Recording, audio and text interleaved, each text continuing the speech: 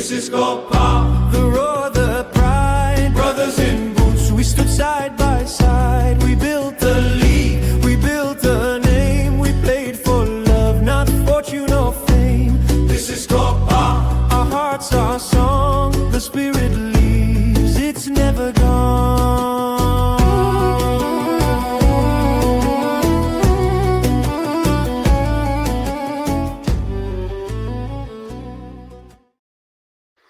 Good evening. Welcome to another edition of This is K.O.P.A. I'm Stel, Mike Pieri is here, and we have a very, very special guest. But before we bring our guest in, Michali, how you doing, young man? I'm good. I'm young.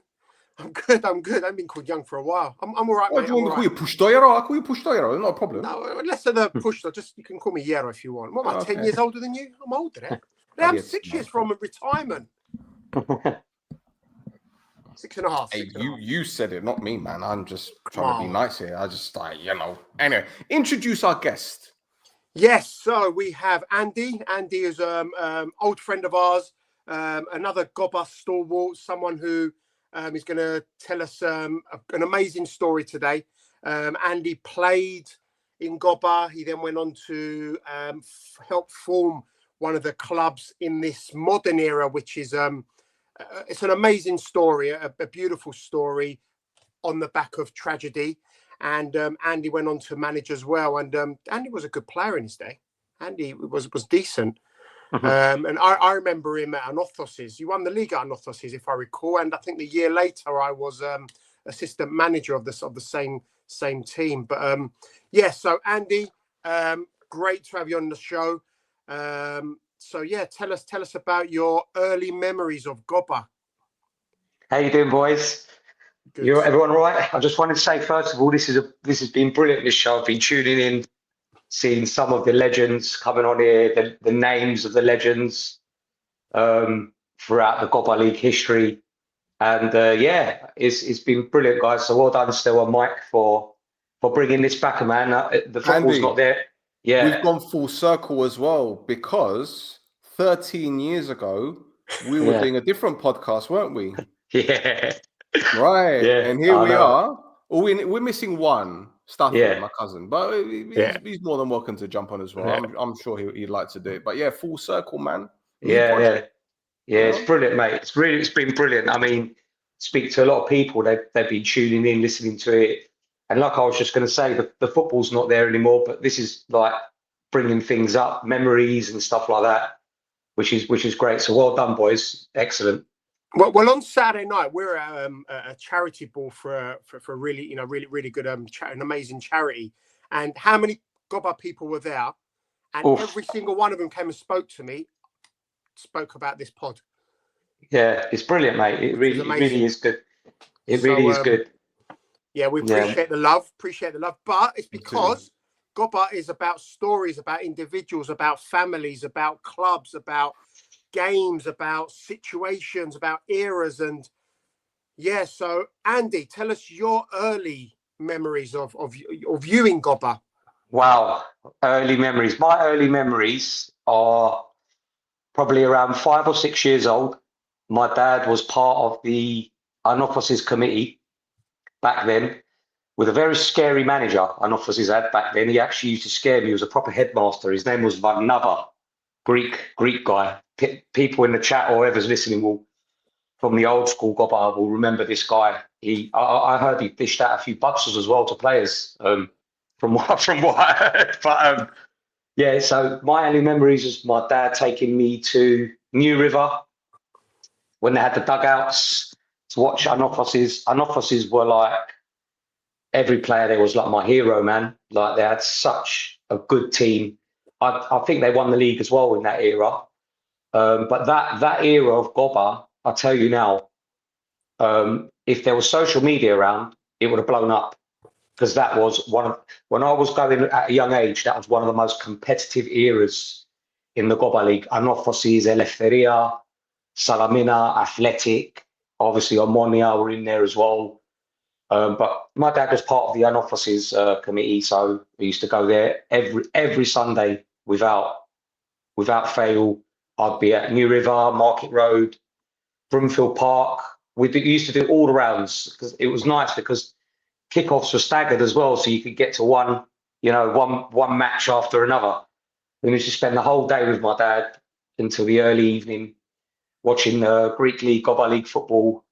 Mum never used to be happy because, Mike, you might remember this. Do you remember the red clay pitch they had at New River on the side?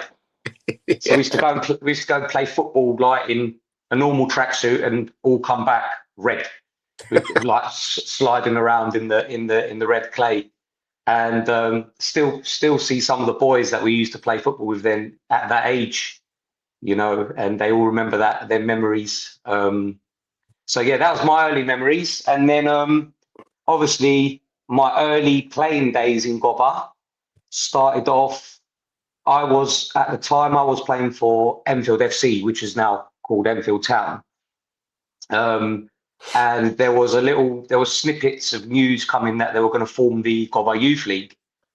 And this is a funny story because my uncle was the manager of Omonia at the time, Omonia Youth. So he automatically thought I was going to sign for Omonia. Who's that? Who's your uncle? Mario, his name was. And he was basically going to manage the Omonia youth team. So it's really funny because obviously I've always loved Anophysis, and I know Anophysis had a youth team. And I used to play at Enfield with a boy called he's one of my best pals. We grew up together. We lived on the same road, Andy Stavru. You probably know Andy Stavru, Mike. And we came like as a package deal. So we both used to play for Enfield FC. And Omonia wanted to sign the pair of us. And I'll never forget it. One Wednesday night, the door knocks. And this guy, Chris, walks in. He used to own the Taste of Greek in Palmer's Green. And he was going to manage Anophysis youth. And he's coming with 2 papers and he goes, "You're signing for Anophysis." And, without even thinking about it, he called Andy as well, who used to live down my road. So we both signed. And I'm not even lying, there was massive uproar from Omonia because they wanted to sign me and Andy because, we were decent players back then. We was at Enfield, playing football. I was a left winger. He was a right winger. We used to assist each other all the time. So, and we won the league. We Anophysis ended up picking Omonia and KLM to the K.O.P.A Youth League, the first ever K.O.P.A Youth League we won as well. So yeah, that was brilliant. And then obviously I carried on playing at Enfield and used to play for some cousins of mine on during the week, 5-a-side. And there was a guy there called Dean Dionysu. You might know him. He was a Dynamo legend. But not only did he play for Dynamo, he was an exceptional player in his youth days. He actually had England schoolboy caps as well. Was capped by England schoolboys. And he goes to me, "I want you to come and sign for Dynamo." They were playing in the second division of the K.O.P.A League. And I was like, all right, why not? I was playing obviously competitive football on a Saturday with Enfield. Did you ever say no to anyone, Andy? Did you ever say no? Honestly. Listen, it was football still. It was football. I just wanted to play football. But I'll tell you what, it was one of the most enjoyable seasons I've ever had. I played left wing for Dynamo. We got promoted with the late Andy Spud. Mike must remember Andy Spud. He was the manager then with Jacko. And we got promoted. I think I scored about, no lie, I think I scored about 27 goals that year from left wing, playing in K.O.P.A Division 2. We got promoted. Struggled a little bit in the first division because there were some really good sides then. And then yeah, that was when I went on to play for Anophysis with Mario Correa, the legend that is Mario Correa. Used to ring us up at like 2 a.m. when we had a bad game, and absolutely cuss us, all of us, like with Varney, Nikorodotu, all these superb footballers. He was a good player in his day, Mario. Yeah, Mario was top. He's top player. He was. Oh, mate, he was fantastic. One of the best left foots you'll ever see. But he was our manager. He was a nutcase, mate. Like, if we had a bad game, he'd call, no lie, the phone ring on a Sunday night, Sunday early hours of the morning, by the way, before work.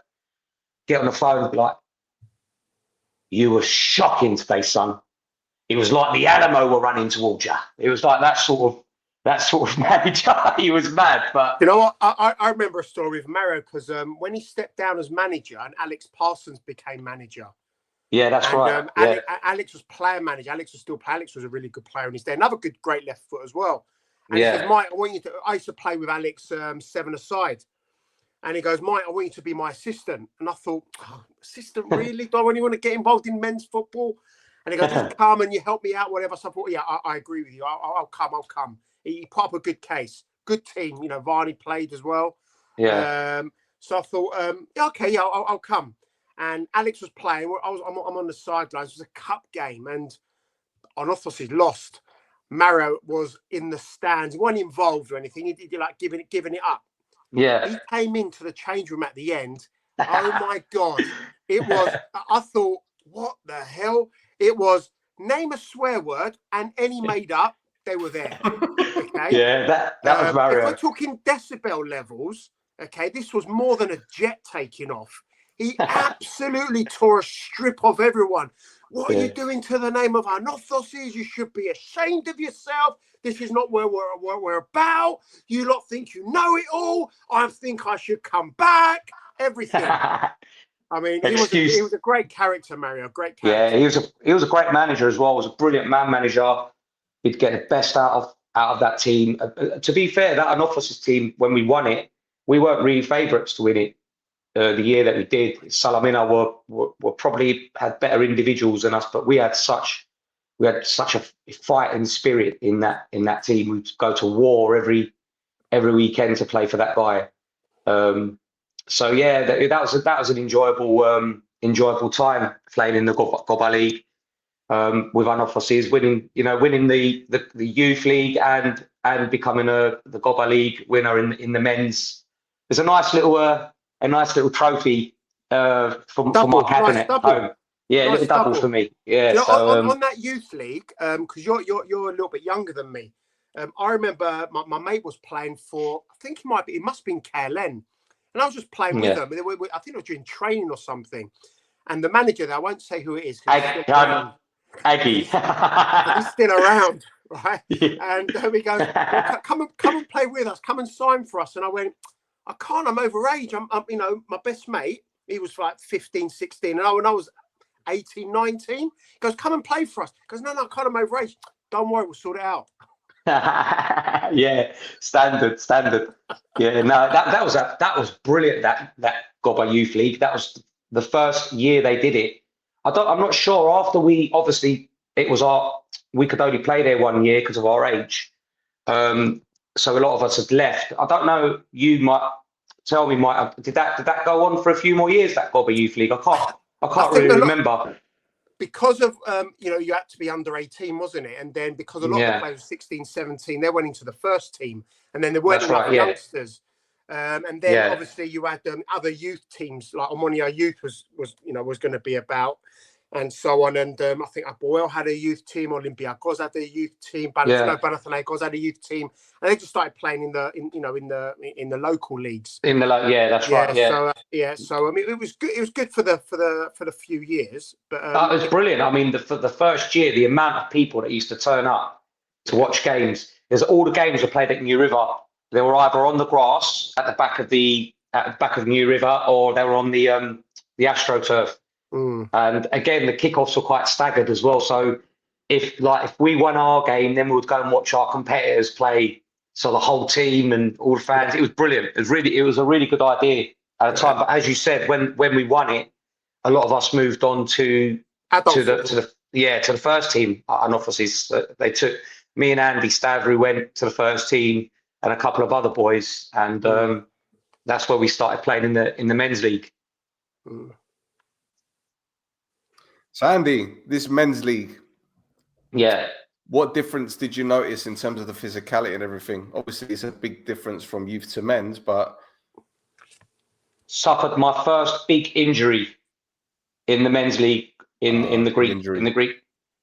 Yeah, that was very rough and tumble, man. There were some characters when I was playing for Anophlos's in the men's team. Some really bruising players, man. I come up against Shagali, put me in the stands. And you know, That name's been mentioned like 3 times on this show, man. Yeah, every week. yeah. He's a Because I legend. was, listen, because I was quite a good player, like decent player. I was quite fast. I was a winger, and because I was young, I used to get, pinpointed targeted, by. Andrew. Yeah, Targeted. I was targeted. I remember there was this one fullback. I can't remember what team he was playing for, but he told me literally as soon as the game kicked off, he was going to break my legs. And I'm not going to lie to you, the worst thing I did was nutmeg him. Like literally in the first minute, and then the next thing I know, mate, I ended up in the little goals that are on the side of the pitches. I ended up in the top corner somewhere in one of them goals, and not coming back on again. But I suffered quite a lot of injuries still. In terms of your question there about how physical it was, a real physical league, man. I mean, I remember obviously Dynamo.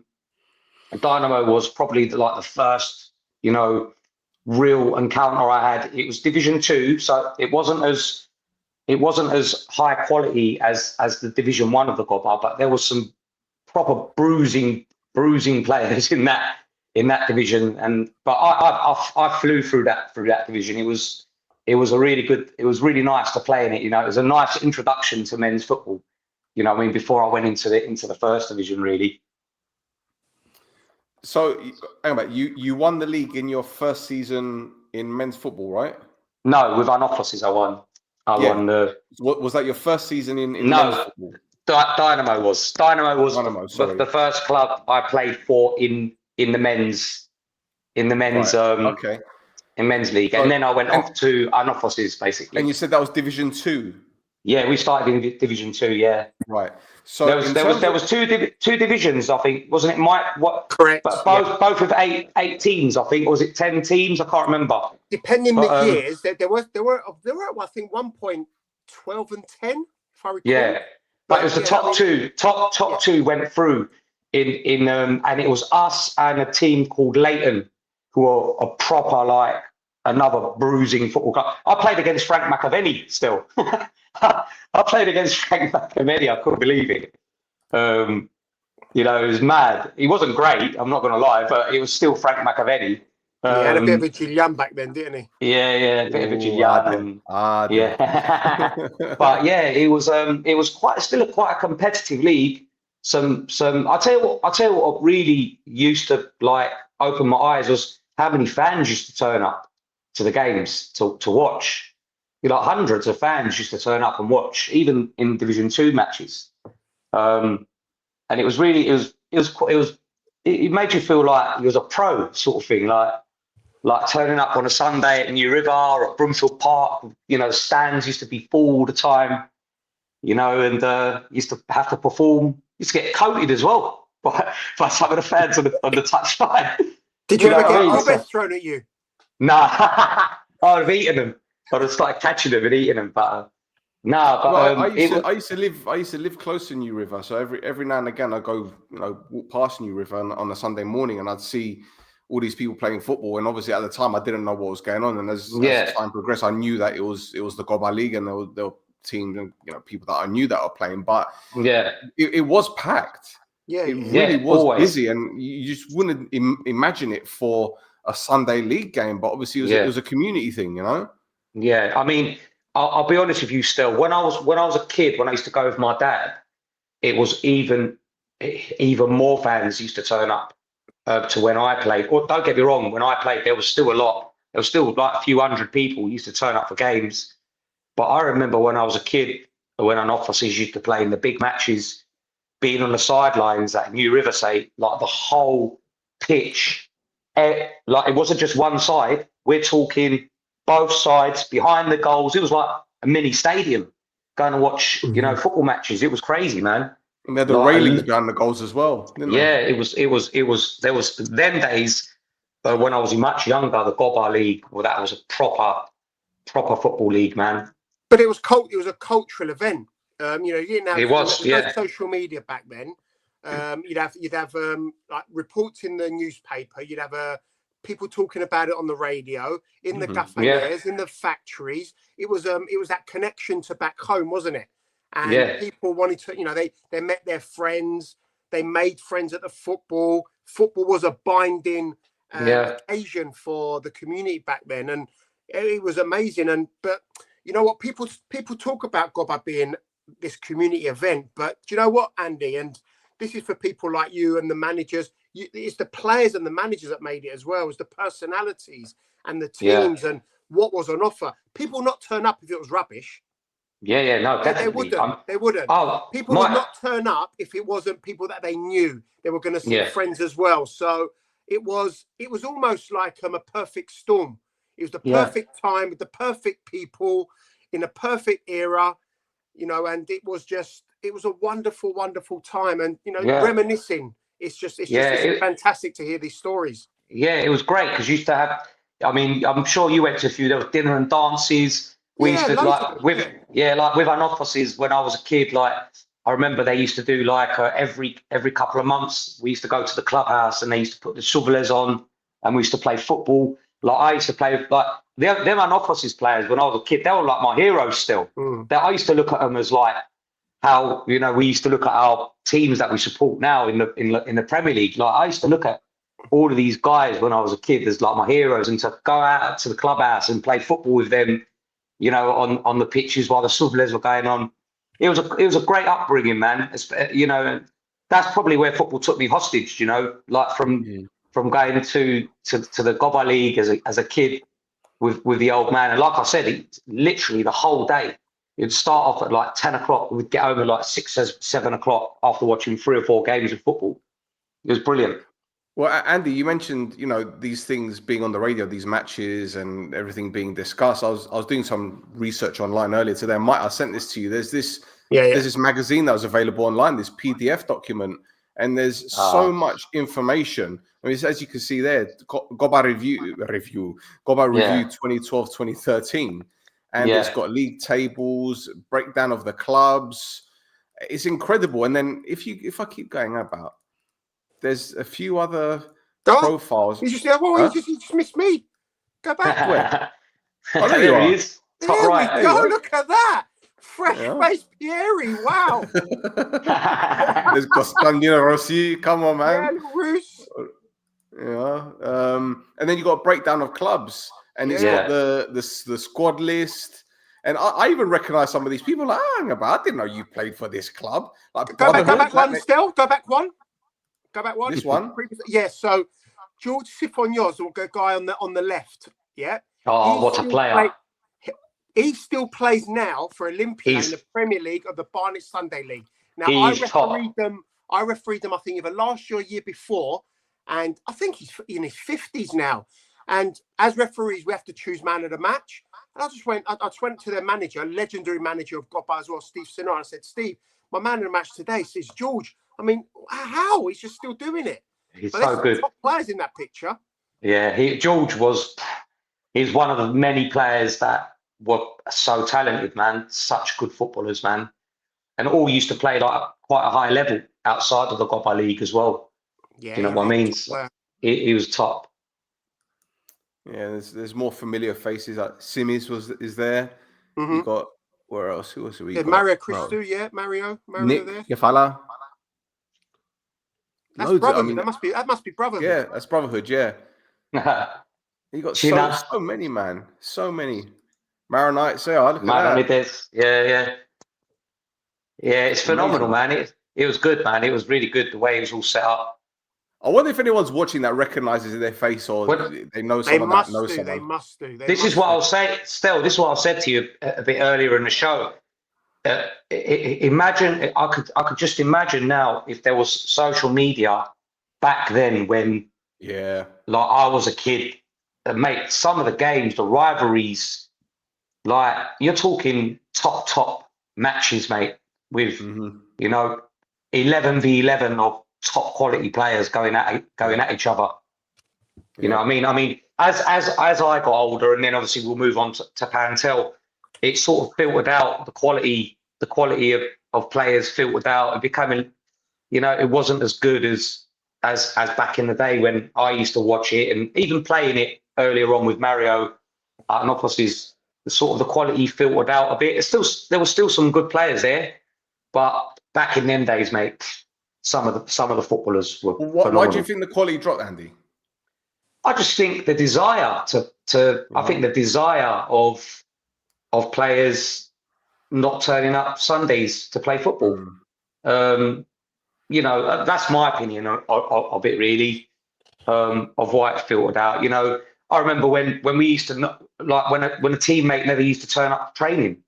You know, you'd be on the phone to him. Why aren't you at training, man? Well, you know, we've got a big match on. You never got that as the years progressed. You know, people weren't turning up to training.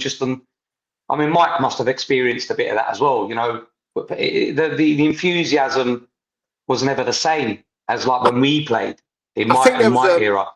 I think there's just more options to do different things now.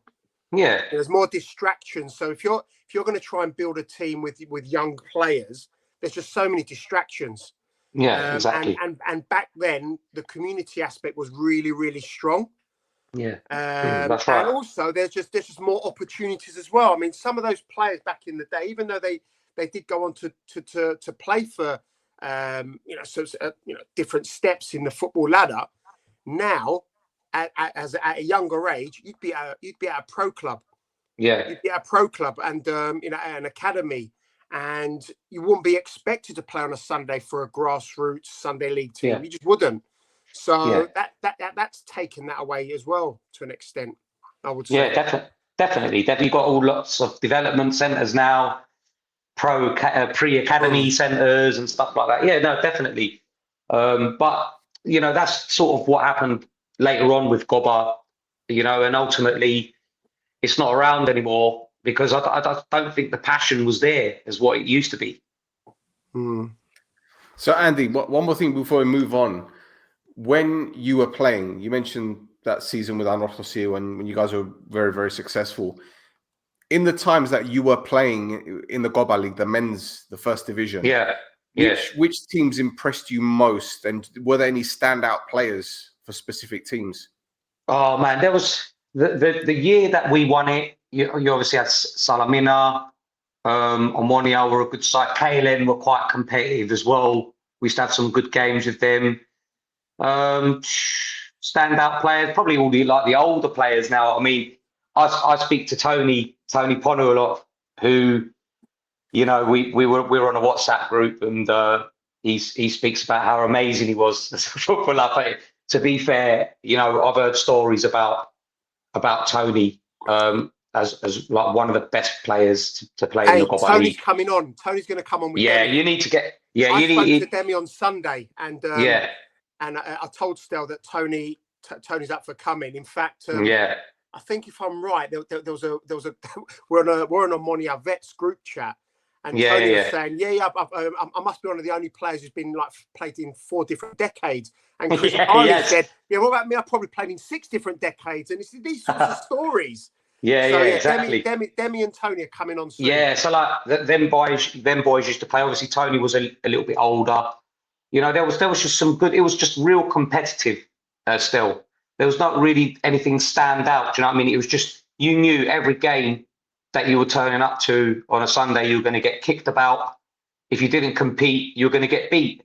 Simple, because it was quite a level playing field. You know, I mean, we didn't breeze the league. The year that we won it, it was, you know, we went right to the end to get the win, to get the title. So, but it was so enjoyable, man. You know, because I used to play Saturdays as well with Enfield. So, you know, that was competitive as it was, but you know, you'd definitely feel it on the Sunday when you played as well. It was tough. Nice. Well, for those of you still watching, I'm sure you are still watching. Little bit of a break, because our friends over at the Players Union in Cyprus, PASP, the people that represent the players in Cyprus, the likes of David Luiz, the likes of Connor Goldson, etc., Ochoa, the goalkeeper. Spiro Neofitidi, the executive president of the Players Union, has written a book. It's a kid's book, Το τελευταίο παιχνίδι.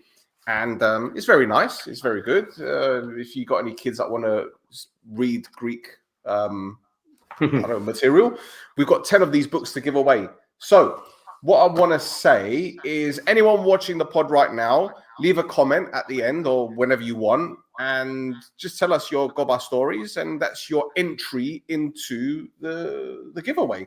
And that's it. If you 10 people, you got 10 books. That's it. And I'm going to give the rest to Mike so he can stand on the corner like Big Issue and start handing them out to people. that should have.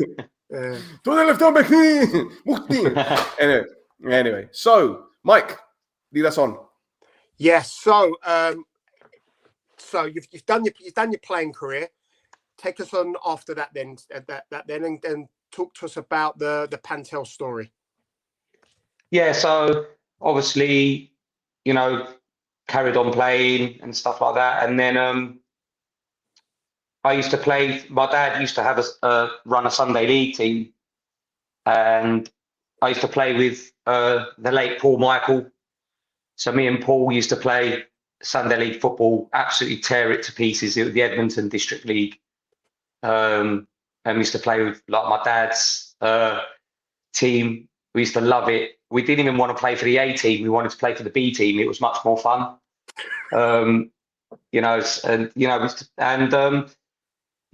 a really strange thing, because I grew up with Paul. Just like my little brother, knew him from like 3-4 years old, and before he passed, it was really strange, because we were sitting in the car one day after a match, and he was like, hey, he used to call me A all the time. He's like, hey, I want us to get a team of friends together, and I want you to be the manager of the team. I reckon we could like get a team and go into a league and play. I reckon we'll just tear everyone to pieces and things like that. And it was just so strange that after he passed, that actually came into play, and it was all about really when he passed away. It was like one of the hardest things for us friends, and we just wanted to create something more for Paul's family, his mum and dad and his brother Thomas. We wanted them to have something to, look forward to on a weekend, just a team of Paul's friends.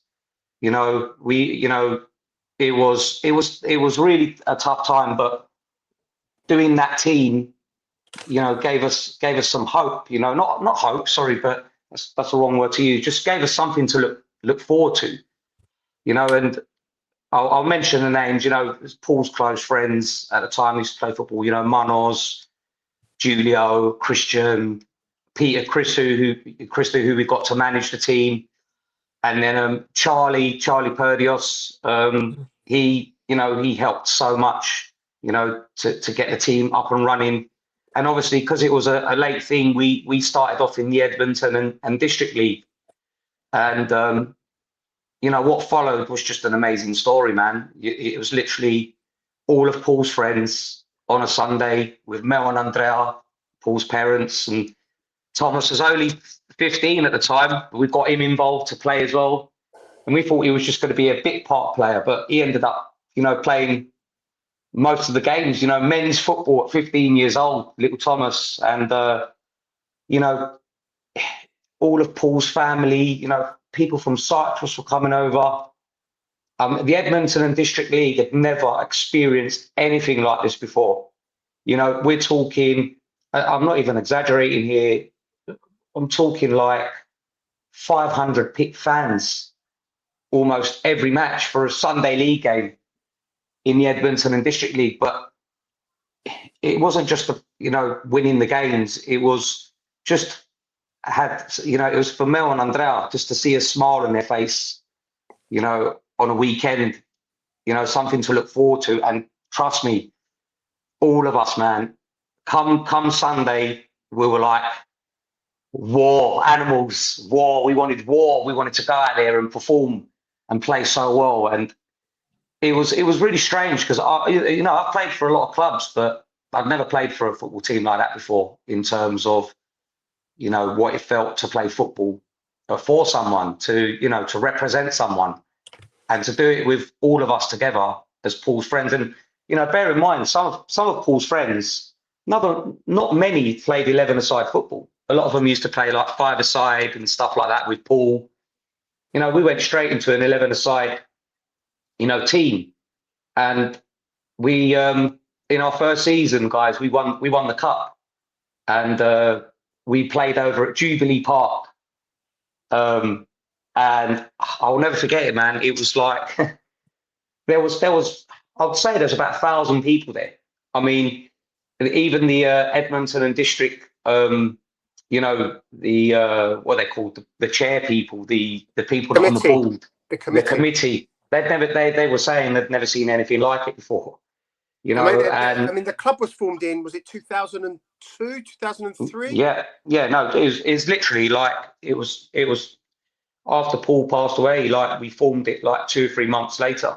That's 2002 then, wasn't it? It's 2002. Yeah, so that's what I mean. It was such raw emotion because like it wasn't long after Pantel had passed that we wanted to get this team together. We were straight into a league playing football. Had our kits ordered.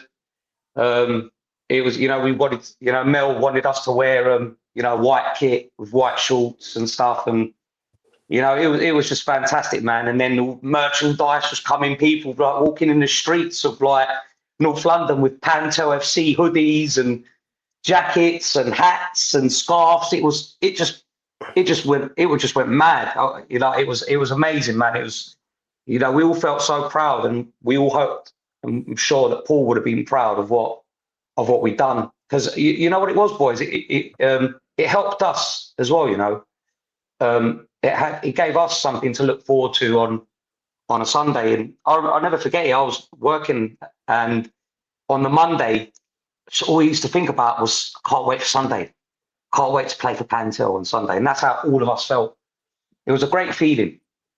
So what's the journey then to K.O.P.A? Because you were in the Edmonton district league. Yeah.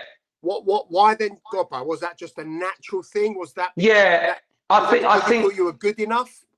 Yeah, listen. We played in the Edmonton and District League for 2 seasons, so we got promoted in the first season and we won the cup. So they moved us about 2 or 3 divisions up, and we were really competitive in that as well. I think we just missed out on promotion in the second season, but there was already talk. The late Bedragi, who was actually Paul's uncle, Bedragi was a massive K.O.P.A legend. All these magazines and photos and stuff that you see, most of it is from, Bedragi, man, going around to every game, taking photos. He was an absolute legend, and, there you go. Loved him. And there was talk that the committee would have liked us to go and represent, Pantel FC in the K.O.P.A League. And so they got us into the K.O.P.A League. We started off in Division 2, and it was brilliant. Like, now we've started getting all the newspaper clips and stuff like that. And yeah, but that was, I remember as well, like the K.O.P.A League, our first season in the K.O.P.A League was fantastic, man.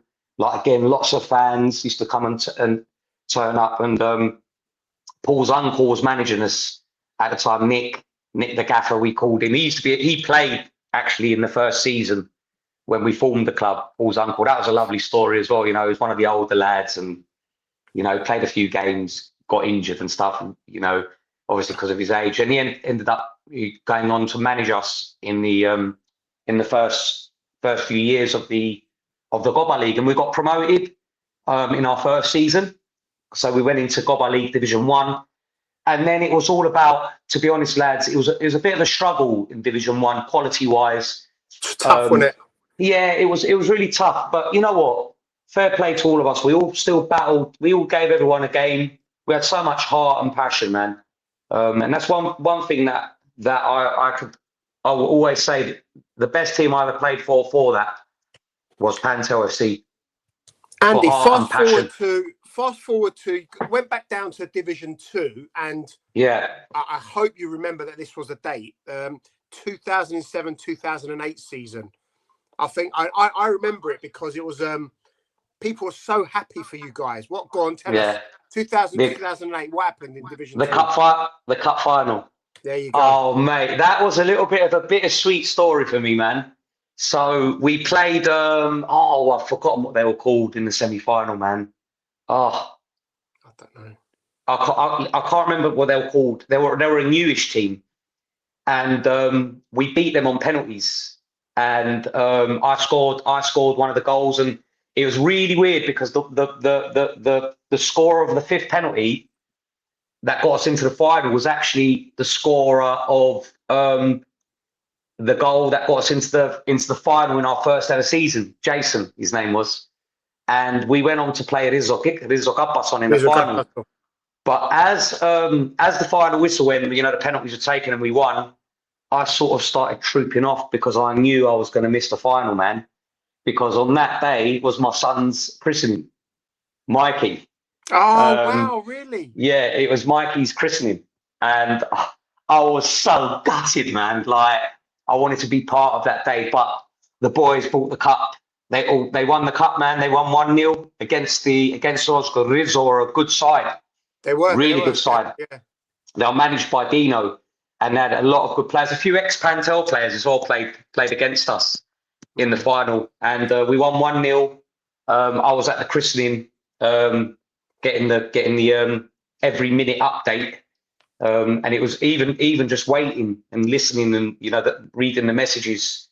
Even that was nerve-wracking. So I watched it, and it was literally. It was smash and grab, but that's because whenever we played in something like that, we had the man upstairs in all of them games, watching over us, man. I really, truly believe that. I truly believe some of the games that we won, I'm a massive believer that Paul was definitely watching over us. And to win that was phenomenal for the club, to beat Rizzo K.O.P.A on 1-0. They was gutted, but they was also happy for us as well. A lot of their players, like I said, ex-Pantel players, they were gutted they lost the final, but they were delighted that we had won it. It was just another special day for the club. Yeah, it's beautiful story, beautiful. Andy. Yeah, it was. As you know, Andy, I'm not clued up on K.O.P.A League, hence the reason why we're doing this podcast. It's more of an educational thing for me. Yeah. And it's not for anyone else, just for Stel. It's just for me. Just for my memoirs. Yeah, the Book of Mappa coming out soon, by the way, just saying. So I wasn't aware that you guys created this team within 2 to 3 months. And for me, that it's incredible. Not just because of the length of time that it took you guys to get everything done, because creating a team isn't easy. Isn't just getting the 11 players. You've got registration, you've got all this bureaucracy, and then the kits and this and that. There's a lot of planning. So credit to all of you guys for mucking in. But for me, the most impressive thing is, look, I don't want to go into this too deep, but obviously the passing of your friend, it was tragic circumstances, and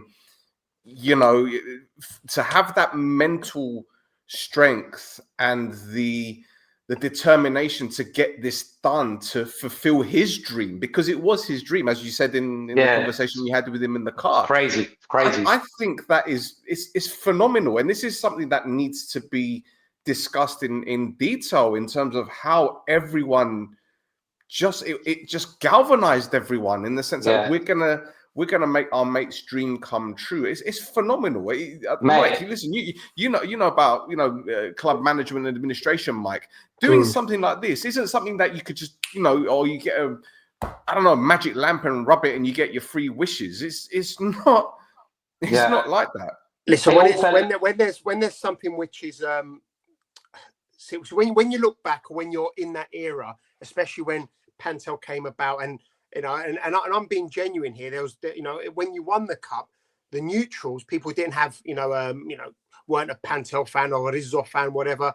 They were genuinely happy because it was almost like part of the journey just needed to happen, and it was fantastic that it happened. But in terms of forming the team. It was a situation which transcended football. It wasn't about football. It was about a dream, a desire, beyond. It was that friendship, the family, the community, and in some ways, I'm trying not to be cliched here. K.O.P.A allowed situations like this. The community allows situations like this. And, Pantel and the people involved just made sure that they did what they had to do for themselves in order for it to happen. And yeah, the logistics of it, hey, forget the logistics, the money involved to run a Sunday League team. That's not easy either. Yeah. But they did it because of that, because of what they wanted, what it wanted to mean. And it meant so much more. It's beyond football. And that's why people, in K.O.P.A, in the modern era, because I sort of look at K.O.P.A in different eras, in this modern era, I've got nothing but respect, nothing but love, nothing but appreciation for what you guys did, Andy. And, I'm hoping that the people are listening, people do tune in, really appreciate that us who weren't involved in that, but saw it from the other side. You lot are incredible, man. And nothing more than appreciation and love for what you guys did. And yeah, man, amazing.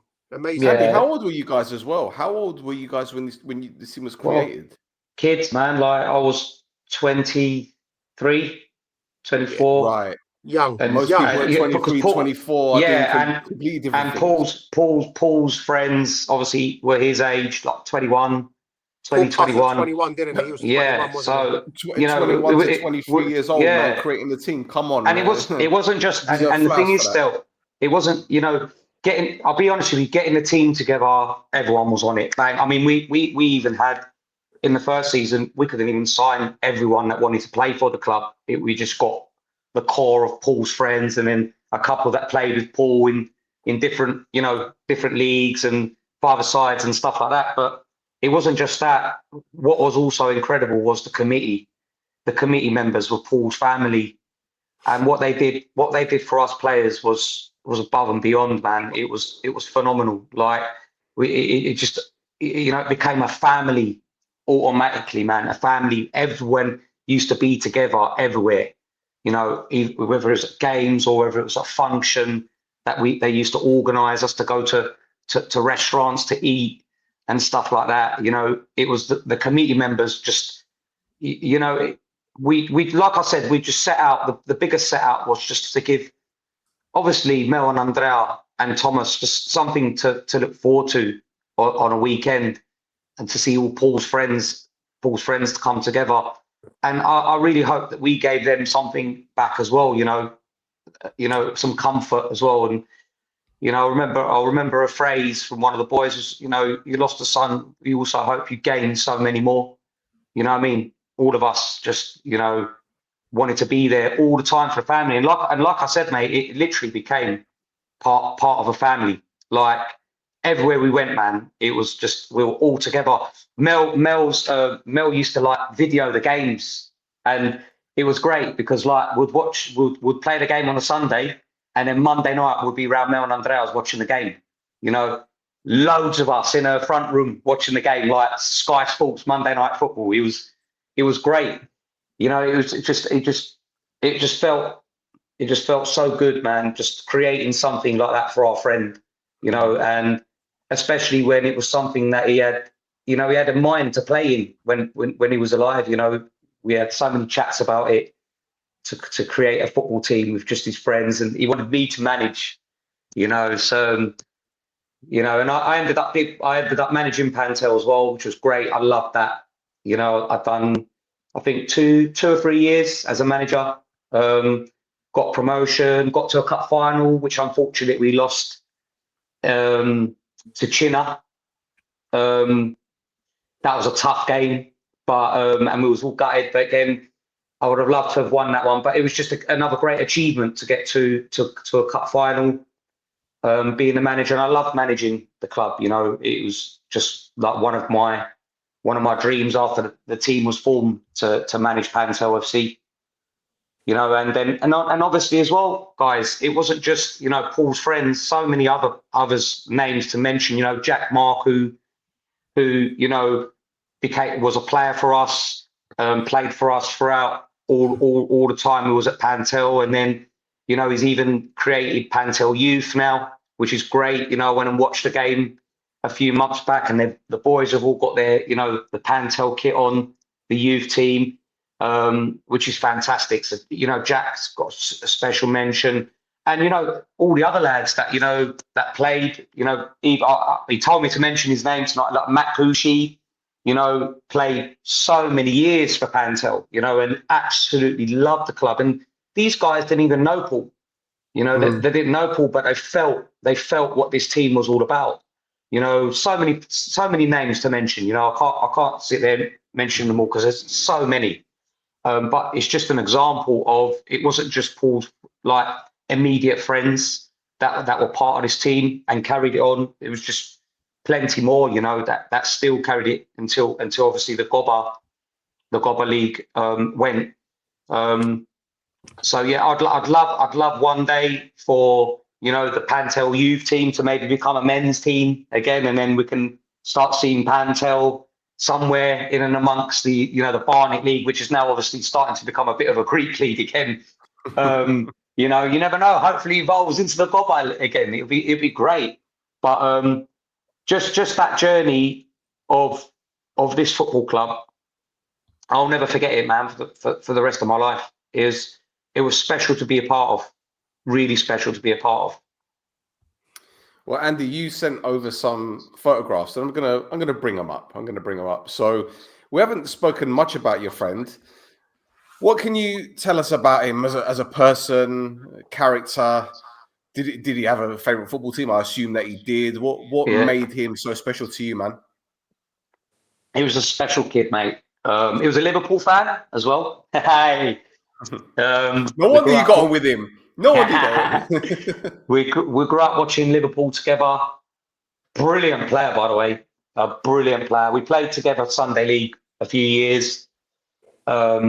They used to call him Sticky because the ball never used to leave his foot. It was a very tricky footballer, dribbler, winger, and just a fantastic kid, mate, who everyone loved, mate. And as you can see, an absolute legendi. His nickname was Pretty Boy Paul. You know, whoever wanted to get a girlfriend, they used to put Paul in front, you know, to start it all off. You know, he was just, you know, pretty boy. He was a beautiful kid, mate. Beautiful soul. Everyone loved him. You know, obviously because I grew up with him. You know, he's, you know, all my family knew Paul as well, and everyone loved Paul and Paul's family as well. It's just all round a great kid, and it was a tragic loss for all of us, mate. You know, it was just a shock, a massive shock. And nothing can prepare you for that, Andy. Nothing. Yeah, you know, it was just it was a big shock, mate. And you know, I really believe that, you know, that football team. If we never had that football team, you know, who knows, you know, how, you know, we would have all been. I just think it shaped us a little bit, if you know what I mean, as people, as a family. You know, a lot of us still see each other, you know, on a, you know, socially and stuff. We still remain really, really close friends, although we've all got families now and stuff, and don't see as much as what we'd like, but we're still like brothers. You know, we created brothers, man. I mean, I've got to mention this as well, because I don't know if any of them are listening. We even had orange girls, mate. You know, all of Paul's friends, the girls, they all used to turn up on the Sunday and give us our halftime oranges. We used to call them the Orange Girls. They were every single game. There's about 4 or 5 of them. You know, some of the players' girlfriends and stuff like that. So it was just great, man. It was just, everyone was just involved in the club. You know, it was fantastic. And there's another one that you sent me. Go on, Mike. Go on. No, I was going to say, and the legacy continues because is it annually? There's an annual match, isn't there? Yeah, memorial match that takes place. You know, a lot of us getting older now. I haven't played for a long time.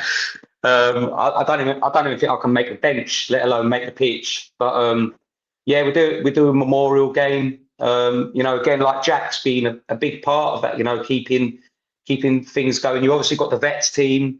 and stuff like that. That you know, I've turned up unfortunately to. I'm going to hopefully get to one very soon. Maybe come and play in goal or something. You know, because I can't move about on a football pitch. You know the Pantel Vets team and stuff like that. And you know, and like Mike said, still everyone knows Pantel FC, man. Everyone knows Pantel FC. You know what it stood for, and that's one thing that I'm really proud of, man. That what we created. And so you should, guys. So you should. Absolutely. So tell us about this one, Andy. Because Hey, I see because someone there down at the can you front. can you see that little head with the football? That's me. Yeah, I was wondering who cut your hair. I was wondering who did it. Who did it? No. So tell us what's his team? What's his team about? This is that's the first year. That's our first team, man. Some great characters there. You know, you've got the manager there, Peter. You've obviously got, you know, Charlie again. I said Charlie, you know, was really, you know, massive with Pantel FC. You know, and you all of that team there was just like a brotherhood, man. You know, it really was. We just, like I said to you guys, we just could not wait for Sunday morning. We used to get Who's standing next to Julio on his left, like our right? Julio on his left. I've got the live button in front of. Oh, that's our friend Christian Polari. Hey, Christian Polari, yes. So Christian, Polari, yeah? There's a story behind Christian as well. I didn't mention. So the committee the committee Are you members. going to get a phone call? Are you going to get a phone call from him? No. I'll probably get a phone call if I didn't mention it. So Christian, the Pantel committee took us to Cyprus, and we went there for a week. We played some games. We played against Boxa in their training ground. That was fantastic. And Christian is the first international goal scorer of Pantel FC. He's actually scored a worldie, to be fair. I don't know how he did it. Probably closed his eyes and hit him home. No, I'm joking, Christian. I'm joking. No, so Christian was the goal scorer of our first international goal, but that was fantastic as well. We had a brilliant week. We done a bit of training. I think we played 2 or 3 sides, and then there's a very, very famous story. Famous amongst us. We basically got invited. We played Akna youth team, and we got invited to go and watch Akna versus Omonia. So we started singing chants at the Akna game, the whole team. Like singing "We're the North Side," and the Omonia fans opposite us were getting a bit upset. Then at half time, we walked onto the pitch and started clapping the Omonia fans, and in return, we were getting coins and lighters thrown at our head. And then all of a sudden, the riot police started circling around the stadium. So we nearly got our heads kicked in by the Omonia Massive. So we quickly jumped onto the coach and left. That was a bit of a story. But yeah, we had a great time. There's a British military base in Akna, isn't it? So they probably thought you were, squaddies or something. Yeah, do you know what? In fairness, all we wanted was a photo, man. We didn't want lighters and coins thrown at our head. You know what I mean? We just wanted a photo behind the in front of the Omonia fans. Listen, you were wearing your Up Welsh shirt, weren't you? Don't lie. He was wearing an Up Welsh shirt. That's why. But that was really nice, man. Like that week away was fantastic. We obviously went with Mel, Andrea, and the committee members, and it was brilliant, man. I was there for, I think, 4 or 5 days. We were there, played some games, done some training, and then that was a great time. But so Christian Polari was our hero, our international goal scorer for Pantel FC. That's going to be etched in history forever. There you go, Christian. Wow. Andy, I've got another one for you, which you didn't send me, by the way. So I did some thinking myself. Is this relevant to anything? Oh, yes. Let me see. Now he's pretending he doesn't know. He can't see it. I don't even know where I am. Where am I? Am I in this? I don't know. Right in the middle there. Right in the middle at the top. Oh, yeah, there I am. Do you know what? I know what this was. This was one of the many Friday nights So in our first probably 3 or 4 years, the committee members were kind enough to hire us out a clubhouse, and every Friday night the committee members used to do a Sutherland for us. Obviously there was tennis courts there.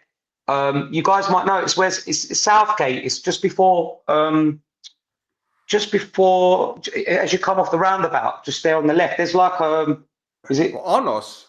no. It's where Bourne Avenue is, as if you're going towards Oh, where the where the I know. I think there's where the tennis courts used to be. Yeah, so that used to be our clubhouse, and this was one of the many.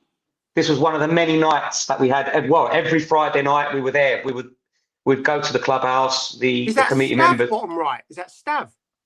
Bottom right. Bottom right. Yeah. It's, yeah. And there's Carlos. Carlos was there as well. Ian Ruben. You know, this was the addition to the players that we started bringing in when we were in the K.O.P.A league. That's even shorter than you, isn't he? Yeah, 100%. But yeah, so that was brilliant. Phone calls, man. You're gonna get phone calls. Yeah, he'll hate saying that. Yeah. Definitely. But yeah, that was brilliant as well. That was every Friday night. All the families, the players go to the clubhouse. We used to do our fireworks nights there, you know, and we used to chill there every Friday with a Sutherland. It was lovely, man. You know, chat before. You know, we used to have a big chat before. You know, all the players and the management. You know, discuss the matches on Sunday. It was great to be part of, boys. It really was great to be part of. Till that's a denim explosion there, man. Blimey. Tell me about it. Blimey. And what about this one? There you are, Andy, with your girl. Do you know what I was just about to say? Our Pantel, if not the first, they popularised poker nights to raise money for football clubs, right? We were the first, man. Yeah, I was just about to say, Stel, that's a great photo, mate. Yeah, well brilliant photo. Well, Stel, seriously, I don't even know where you found these photos, mate. Fantastic, man. Stel, put that photo on. Listen, as you guys know, whatever you put online stays online. It's true. Yeah. Yeah, no, it's great. The red shirt, Cos. Yeah, that's Cos Pascalis. Yeah, he was there on Saturday night. He was there. Yeah, I was on his table. Oh, there you go. These nights were really brilliant as well for fundraising. Julio used to organise a lot of these over the Brotherhood. You know, you're right, Mike. We were probably the first to start doing Pantel poker nights. Poker nights in general, and then obviously set a trend, which is good. It's a nice fundraiser for clubs. You know, people like playing a bit of Texas, don't they, and having a bit of banter. Yeah, great nights, man. Great nights. Just to do that all the time. And, you know, the dinner and dances were fantastic as well, boys. We used to have dinner and dances, you know, in some really nice places, man. It was great, you know, just so many people there, you know, supporting the club.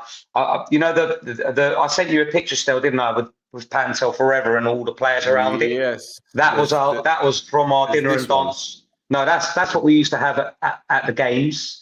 With the number 6 shirt. Oh, by the way, that's a very important thing I forgot to mention. Obviously Paul's favourite number was 6, so nobody ever wore the 6 shirt. We used to hang it up in a change room, and then in the game we used to hang it up on, you know, by the fences. But no, I sent you. It was actually the dinner and dance brochure. Did I send you it? Let me double check. I sent you it earlier on WhatsApp. But that was basically our dinner and dance with all the sponsorships and everything. You did. Sorry. And the front of it was basically a picture of Paul and all the team members around it. It was nice, man. I've still got that. Fantastic. Let me see if I can bring it up. Hold on a second. Hold on. Bear with me. I don't know how I missed that. While he's looking for it, Amanda, I want you to have a think about. Because I asked this to our last couple of guests. Who would you want to come onto this pod to, you know, reminisce and tell us about their story? So have a little think, and then tell us who you think should come on the pod. Well, it's weird that you said that, because after the first show, I went onto my WhatsApp group and I said to Tony Ponu. I said to him, you keep going on that you was a legend in this K.O.P.A league. You need to come on and talk about your credentials. Oh. Who's Sorry. that still? Hold on. Yeah, There's this. there we go. That's fine. Yeah, that was our brochure for the, you know, our is it brochure or whatever you would for the dinner and dance. Yeah. That was for our first dinner and dance. That was That's amazing. brilliant. That, yeah, I love that. Still got that. Yeah, in fact, I might have a copy of that still. I'll bring it to you, man, when I see you. Okay. Cool. I might have a copy of that. Yeah. Well, Andy, so, there's this image as well. Does that mean anything? yes. So that's one of the. That's when obviously a lot of us older players had quit, and the younger lot started taking over. And we used to, you know, we all of a sudden then became the supporters rather than the players. But you can see Jack in there as well. Jason on the left. Jason at the left back at the left. Jason on the left hand. I'm not too sure. Do you know what it is? Stell's got the live sign underneath the picture. I can't see it. I can't see the left hand side on the. Yeah, no. Let me see that. No, that's Jason, Alex. That's Alex. Not the first one, not the second one. The third person. It looks like Jason. Yeah. Jason played for us. Yeah. Jason was a top player in his day. Oh, well, he was top. He was a striker. He was a striker. Yeah, really good player. He played up front for us for a couple of years, Jason. I saw him a few weeks ago. He was refereeing a match. Hey, he's a good ref, man. Yeah. He was reffing a game, so I saw him, and again speaking about Pantel and stuff, and you know, that's what I mean about the club. It was lovely how after we stopped playing, so many players just wanted to play for Pantel Football Club, you know, because they understood what it was all about. And it was unbelievable because Mel and Andrea went to every single game, every single match until it was done, until the K.O.P.A League was done. You know, it was just brilliant. And all the players, you know, knew Paul's parents, you know, the ones that didn't even know who Paul was and stuff. And that's just phenomenal. It's just whoever come in after, you know, knew the history of what the club was all about, and everyone used to, you know, play their hearts out for the team, man. It was great. Andy, I've got one more, and I think I'm going to get a bollocking for this. No. Not from you, but okay. This image. I see Polari, I see Rubes, I see Carlos.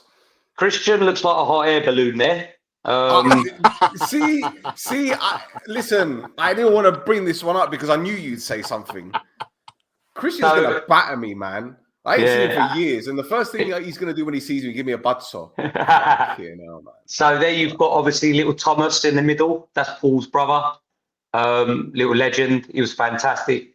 I actually remember Thomas's first ever goal. He didn't score for like 5 years because he was a right back. And he scored, I think I was managing when he scored his first goal, and he got absolutely battered by everyone because he scored a goal, poor kid. Everyone bundled on top of him, all the fans, because they watched Thomas Michael score his first ever goal for Pantel. But yeah, so Carlos, you know, I mentioned Carlos off the show, what a player he was. I signed him. He was a phenomenal centre-back. I went to school with Carlos, yeah? Yeah. And even when he was like year 10 or year 11, they were talking about him at K.O.P.A. Like, he was ridiculous. Yeah, I mean, there was an article on him from Terry Venables, mate. And Ian Rubin, who was a very good player. What was he like as a player, yeah? Is it, yeah? Because Rubes, I've known him for a long time. He's got a mouth on him, but has he got feet as well? Yeah, he had a mouth on him then as well. He used to play for Aradipo, and he used to play against us, scored a few goals against us as well, although we beat him most of the time, but he used to score a goal and think that because he scored that they won the game. Yeah, that's what he'll tell you anyway. But anyway, yeah, so when I was managing, I wanted to get him on board, you know, to come along, because he was really good friends with a lot of the boys, you know, that are part of Pantel. So we signed Ian, and then he told me about Carlos, got this player. So we had quite a strong side, you know. We had a really, really good side. That's the year I was telling you guys we got to the final against China. and we got promoted that year as well. So we were a strong side, but some phenomenal players played for this team. You know, and it was a pleasure. It was a pleasure the way they all used to just, you know, fight so much for the shirt and what it was all about. That's what I loved about this football club. Well, Andy, do you know what? Including yourself and the three people that we've mentioned before, Rubes, Palari, and Carlo, because obviously you four are the only people I know from that squad. Top boys, you know, and it just seems to me that obviously with the inception of the club and the four people, including yourself that I've mentioned, all top boys. So I'm assuming the rest of the squad were just like that as well. It didn't seem like there was any arseholes in that squad. No, it was brilliant, mate. It was really good, man. It was everyone. Like, listen, the first season was, as I said to you guys before, it's just pure raw emotion, man. You know, turning up to, you know, to Sunday, there was even tears before football matches. You know, it's so emotional playing for that team. You know, it was all, like I said, it was just us all together, players that didn't even play 11-a-side before still, you know, and now they're playing 11-a-side football and playing like they played all the time. We gelled into a team so quickly, as quick as it was to form the club, we gelled into a team so quickly as well. You know, it just the way it all fell together was brilliant. But like you just said, over the years of the team evolving, so many good players played for this team and wanted to play for this team. You know, there was players, I won't mention names, I told you off. There was players that were offered money to go and play for other clubs, and they wanted to stay at Pantel. You know, that's how much it meant to them, that football team. Amazing, absolutely amazing. Mike, have you got any more questions for Andy? No, I think it's a nice way of ending it. You know, just a great, beautiful story. Legacy continues. I've really enjoyed tonight. So thanks for sharing, Andy. It's beautiful, man. I appreciate it. Thanks for having me on, man. Thanks for having me on. Really, really appreciate that. It felt nice to talk about the team to you guys as well. And I hope like a lot of the Pantel family, you know, listened in as well, or get to listen in. You know, because we all were part of it, man. Every single one of us were part of it, you know, and it was nice to, you know, again, there's so many more names I could have mentioned, but there's too many, you know, so, but guys, this is a great show, man. I can't wait until see the next guest on here. I'll tell you one guy you should get on quickly, apart from Tony Porno. I'm going to try and get Vadnava on for you, Bello Vadnava. Ronnie, he's got some stories. He's got some stories. That boy. He might be too hyper for this thing. Yeah, he might be going like this across the screen and stuff. And you know, I've got to tell you one thing. I won the league with Varney, obviously at an offices. He had a lot of beef with Salamina Varney every time he played Salamina. I know, I remember. And just a quick funny story, man. He scored the goal in the last minute. We beat Salamina 2-1, yeah. And I saw the offside flag that he didn't, and he so I didn't celebrate. I just started walking back towards where the free kick was going to be, and Varney done a lap of honour with his shirt off. He sprinted. But Andy, around. He used to love taking his shirt off, though. Oh yeah. Taking his shirt off was a defo, but still he ran from where he scored the goal. He ran around the whole pitch, sprinted around the whole pitch, give it to the Salamina fans as well, and then it was offside. It was here. I laughed at him, if I'm being honest. I just laughed at him. And you know what? Varney was involved in one of the really good Omonia youth teams with Dean. You mentioned Dean earlier. Yeah. K.O.P.A. K.O.P.A. What a legend K.O.P.A. was, mate. They had a top. That was my first. They had a top team, man. Yeah. I mean, when my team used to finish playing, if we played in the morning, I used to go and watch them. What, Especially when I Dynamo? was chairman as well. They were. Yeah. No, they're Omonia youth team. They were. Oh, the Omonia youth team, yeah. Oh wow. They had Yeah, really good team and good football people. Yeah, that obviously Varney, like you said, was part of that team, wasn't he? Yeah. And was his son? I think his son played, didn't he? Well, his son, well, all of them. His son played. Angelo, Son plays. yeah. Dean's son played. Michael, yeah. He was a good player. Michael's at Spurs, wasn't he? So yeah, it was good. But yeah, I think he will be a great guest. To be honest, I'm actually going to message him tonight, and I'm going to get him to get in contact with you guys. Go on, man. I think he might still have my number, but yeah, tell him. Yeah. I'll tell him to get in contact with you. I think having Vardy, having Vardy on is going to be blockbuster. It's going to be blockbuster. Do you know what I mean? He was one of them love-hate characters, wasn't he? Well, look, we've come to the point now where this show is getting bigger. Obviously, more and more people are finding out about it and asking questions. And I will tell you, and Mike will tell everyone, we're not gatekeepers.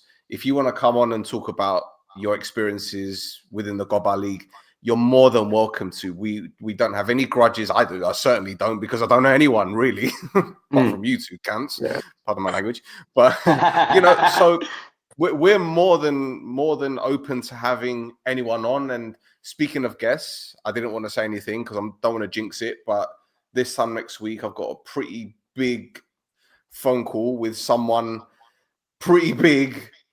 I'm not going to say any names, but if you know, you know. And hopefully we'll have that gentleman on this podcast, which will obviously elevate us. And everything else. Fantastic. We'll get this one done. But again, I'm not making any promises. It's still preliminary stages, but I'm excited. Mike, you're going to be excited. Andy, you're going to be excited. So you know who it is.